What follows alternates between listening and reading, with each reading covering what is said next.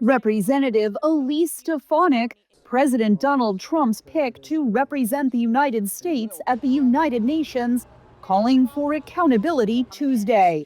The UN has not lived up to this founding mission, and we must demand better. I share President Trump's vision of a UN reformed by strong America First, peace through strength, and a return to this founding mission of promoting peace and security around the world. Stefanik was elected to Congress in 2014 at age 30 and eventually became the fourth-ranking member of the House.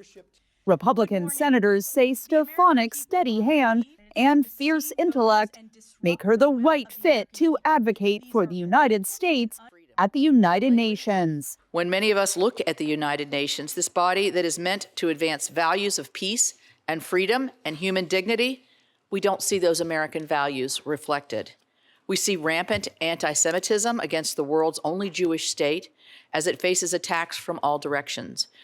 We see oppression and aggressive autocrats celebrated and elevated to leadership positions.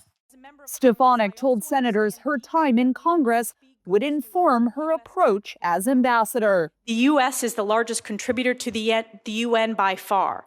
Our tax dollars should not be complicit in propping up entities that are counter to American interests, anti-Semitic, or engaging in fraud, corruption, or terrorism.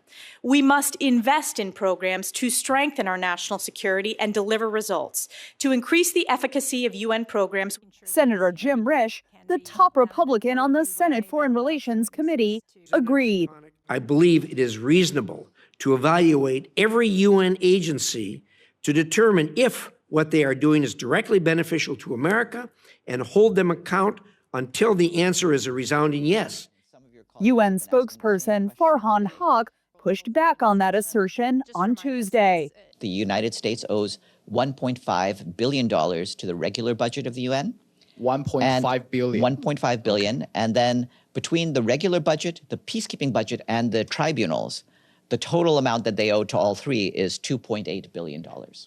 One analyst told VOA it could be difficult for the U.S. to change the 80-year-old organization.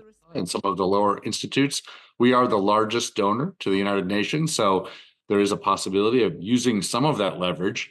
But typically, we've been able to use that leverage only in small ways over these institutional changes. And Democrats are concerned about Stefanik's past actions. You have voted to defund the United Nations and its specialized agencies.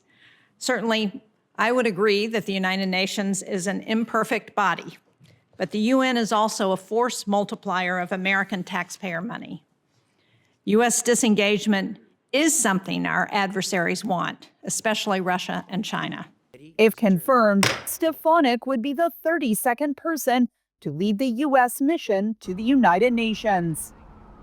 Katherine Gypson, VOA News, Washington.